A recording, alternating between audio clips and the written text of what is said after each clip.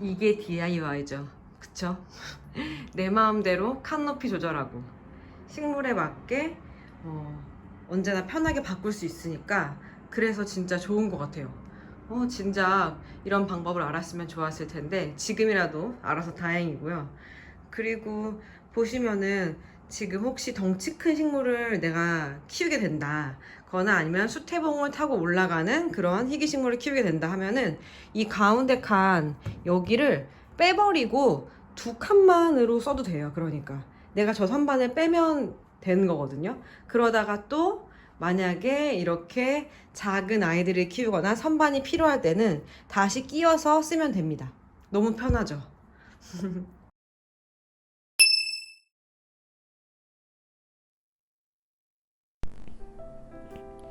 안녕하세요. 서호입니다. 지난주에 날씨가 갑자기 추워졌었어요. 오랜만에 눈 구경도 했고요.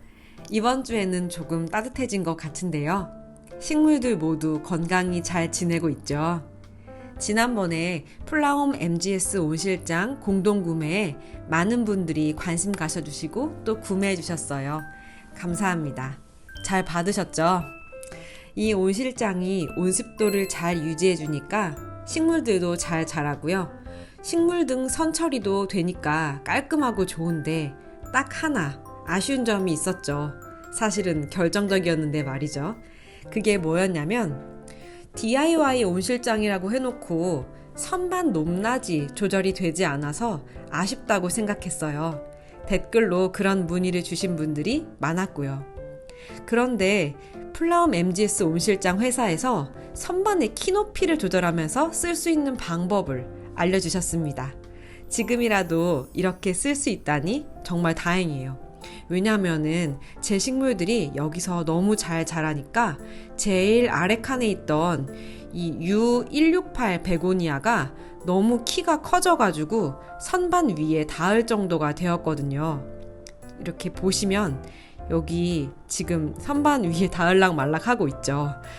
그래서 저는 이 제일 아래 칸을 조금 키를 높여서 쓰고 싶고요.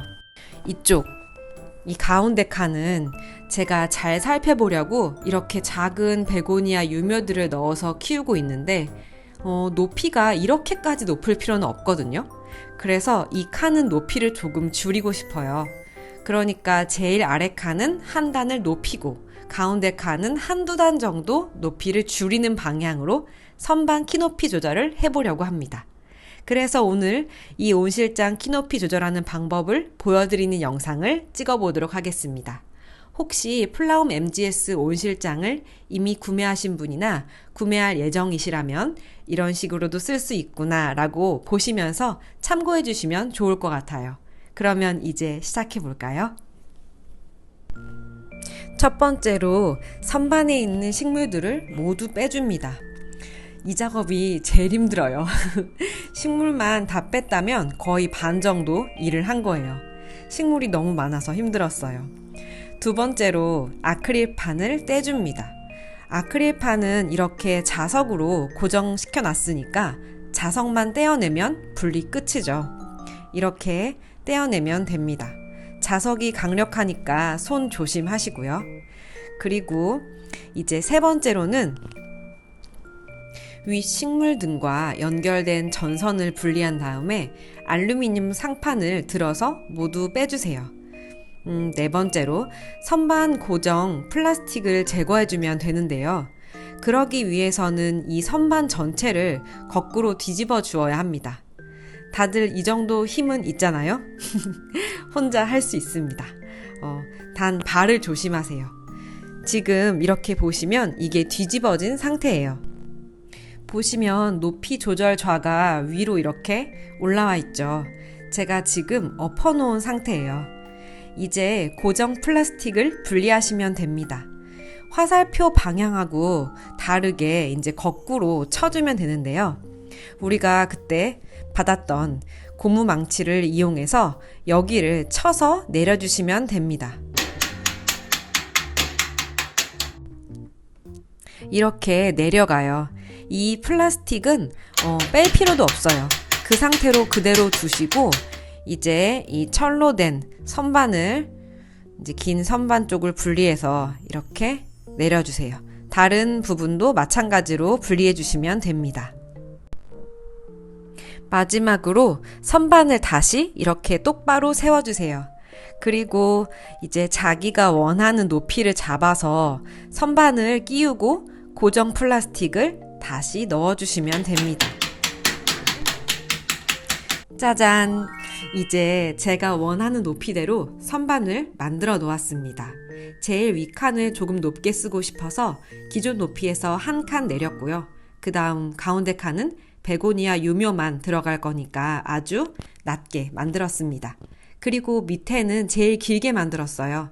제일 위에 칸보다도 한 칸 더 높아요. 그렇게 하기 위해서 제일 밑에 선반도 한 단 낮추었습니다. 이제 아크릴판을 붙일 일만 남았어요. 아크릴판을 붙이는 방법은 두 가지인데요. 겉으로 아크릴판을 붙여서 선반을 막아주는 방법이 있고요. 또 두 번째 방법은 기둥과 선반 사이에 아크릴판을 끼우는 거예요. 편하신 방법을 쓰면 되는데 저는 보시는 분들을 위해서 뒷판은 첫 번째 방법으로 해보고 옆판은 두 번째 방법으로 해볼게요. 아크릴판을 붙이기 전에 제일 먼저 할 일은 내가 만들어 놓은 선반의 길이를 재는 겁니다. 위아래로 여유를 1cm 정도 두고 재어주세요. 저는 133cm가 나왔습니다. 뒷판을 먼저 해볼게요. 뒷판은 떼어내면 이렇게 세 장이 나오죠. 이 세 장을 이제 스카치 테이프로 연결해 줄 거예요. 그리고 재보시면 알겠지만 이 길이가 133cm가 되기에는 12cm 정도 모자랍니다. 우리가 이 선반을 규격 높이대로 사용하면 아크릴판이 딱 맞지만 쭉 붙여서 사용하면 각 선반만큼의 그 높이만큼 길이가 줄어드니까 모자르는 거죠. 그럴 때는 아크릴판 한 장을 더 추가 주문하시면 됩니다. 이미 구매하신 분들은 택배비를 포함해서 10,000원에 구입하실 수 있고요. 아직 구매 전이시라면 주문하실 때 한 장을 더 추가하는 옵션으로 주문하시면 됩니다. 옵션란에만 있기 때문에 만약에 따로 추가 구매하실 분들은 플라움 식물 등 회사로 연락을 주시면 됩니다. 연락처는 영상 아래 자세히 보기란에 적어두겠습니다. 이제 추가 아크릴판을 구하셨다면 12cm를 잘라서 붙여주면 됩니다. 그리고 이때 옆면도 함께 작업을 해주세요. 옆면도 12cm가 모자랄 거 아니에요. 그래서 옆면도 같이 잘라주는 게 편한데요. 저는 이 옆면의 가로 길이는 35cm로 할 거예요. 왜 35cm인지는 조금 이따가 알려드리겠습니다. 다 잘랐으면 아크릴판을 스카치 테이프로 이어서 붙여주시면 됩니다. 저는 3M 테이프를 사용했는데요. 이게 아크릴판에 깔끔하게 붙고 잘 떨어져서 망칠까봐 걱정하지 않으셔도 돼요.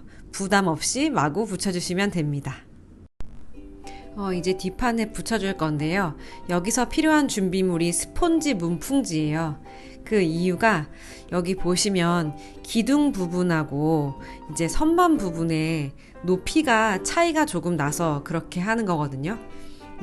이쪽 보시면 단차가 나죠. 그래서 여기 사이에 있는 이 단차로 혹시 습도가 나갈 수 있으니까 그걸 막아주기 위해서 이 스폰지 문풍지를 뒤쪽에다가는 붙여줄 거예요. 옆면에다가는 하실 필요 없어요. 만약에 2번 방법으로 하실 거면은 이 문풍지가 필요 없습니다. 저는 이렇게 칸마다 다 붙여 놓았어요. 그리고 아까 우리가 만들어서 작업해 놓았던 커다란 뒷판 아크릴판을요, 이제 뒤에 붙여주면 되는데 이게 조금 무게가 있어가지고 자석으로 한꺼번에 고정은 안 되고 해서 저는 스카치 테이프로 위쪽에다가 고정을 임시로 해주면서 작업을 했어요. 그래서 균형을 잘 맞춰서 뒷판 전체를 막아준다는 느낌으로 붙여주시면 됩니다. 저는 이렇게 스카치 테이프를 먼저 붙여서 작업을 했고요. 옆에도 주로 스카치 테이프를 붙일 거예요. 스카치 테이프가 아주 잘 붙으니까 걱정 마시고 꼼꼼하게 붙여주시면 됩니다. 뒷면이니까 눈에도 보이지 않고 해서 저는 아주 자신감 있게 많이 붙였고요. 이렇게 밑에다가도 제일 밑에 선반에도 문풍지를 붙여서 습도가 떨어지는 것을 방지했어요. 이제 옆판을 한번 해볼게요.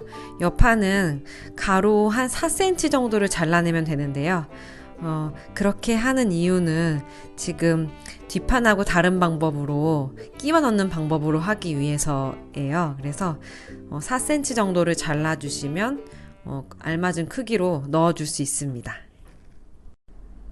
이렇게 다 오린 다음에 스카치 테이프로 붙여서 길게 만들어주고요. 이제 한번 옆면에 넣어 볼게요. 옆면은 되게 쉬워요. 이게 기둥 사이에 끼우는 건데요.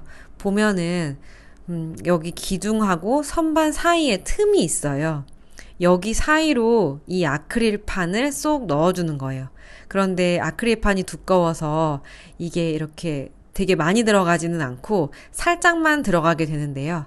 이쪽도 마찬가지로 잘 넣어주면 됩니다. 제가 지금 한 손으로 카메라를 잡고 있어서 좀 어려운데 카메라를 끄고 제가 양쪽을 동시에 한번 넣어서 막아볼게요.